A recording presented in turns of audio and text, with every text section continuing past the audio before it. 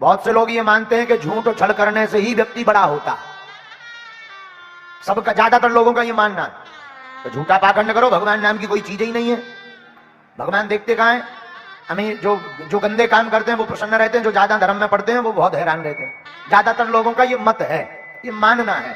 और कई लोग तो ऐसी एक्टिंग भी करके बताते हैं, महाराज जब से भगवान को भजन करो आगे के लोग और गड्ढा में गिर गए।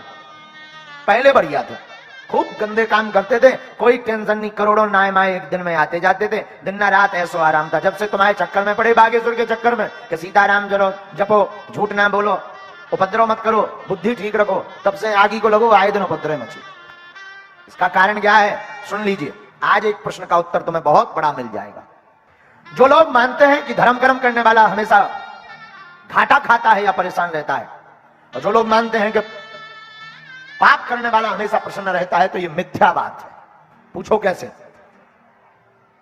जब भी आप पाप कर्म करोगे, झूठ बोलोगे, पाखंड स्वांग रचाओगे, तब आपके पूर्व समय के जितने पुण्य होंगे वो सामने खड़े कर दिए जाएंगे। आप पाप करते जाओगे, पाप करते रहोगे, पुण्य खड़े रहेंगे, आपको धक्का नहीं लगेगा। लेकिन जिस दिन पुण्य खत्म हो जाएंगे उस दिन से जन्म जन्म के लिए महादुख पाओगे।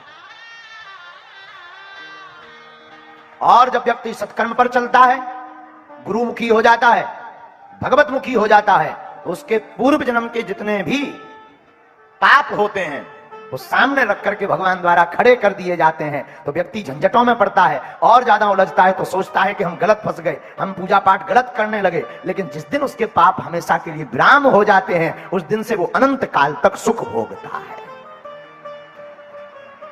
इसको ऐसे समझिए, पाप की राह में चलने वाला क्षणिक सुख पाता है, परमात्मा की राह में चलने वाला अनंत काल तक सुख पाता है। आप स्वयं निर्णय करें कि क्षणिक चाहिए अथवा अनंत काल तक का सुख चाहिए।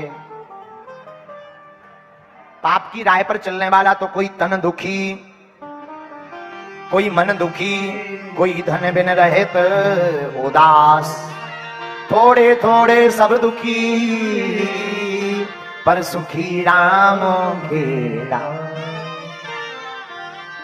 पाप की राह पर चलने वाला क्षणिक तो सुखी होता है, पर इसके बाद जहां वो रात गई, हमने बड़े बड़े लोगों को अपनी आंखों से देखा, बड़े बड़े लोगों, उन्होंने गंदे कृत्य करके खूब कमाई कर ली, अरबों खरबों की कमाई, करोड़ों की। लेकिन बाद में जब वो समय निकल गया, 12 धन अनीत को दशक बरस लो राय, 10ते 11 जो लगे जरा मूढ़ते जाए। बात समझ आई? आई समझ में? 12 धन अनीत का, बुरे कर्म का धन बढ़ता है तो 10 साल तक तो खूब उन्नति पाता है, और 10ते 11 जो लगे, 10 से 11वीं वर्ष जो लगती है तो पूरी संपत्ति विनाश हो जाती है।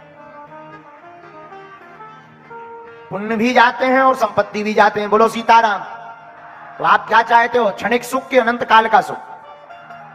तो अगर अनंत काल का सुख चाहते हो तो गोविंद का नाम लो, सत्य पर चलो, सत्य का अनुकरण करो, सत्य बोलो, संतों की सेवा करो, गुरुजनों का आशीर्वाद लो, माता पिता की आज्ञा का पालन करो, गुरुजनों की आज्ञा का पालन करो, साधु सेवा करो। परेशानी आएंगी, संकट आएंगे। देखो, जरूरी नहीं कि तुम धर्म से जुड़ जाओ तुम्हारे जीवन में परेशानी नहीं आए, परेशानी तो आएंगी, पर परेशानी से लड़ने की सामर्थ्यता भी आ जाएगी। बोलो सीताराम, जोर से बोलो। तो अनंत काल तक के सुख की प्राप्ति के लिए आप भगवत शरणागति लो, और क्षणिक सुख प्राप्ति के लिए आप खूब अत्याचार पापाचार कर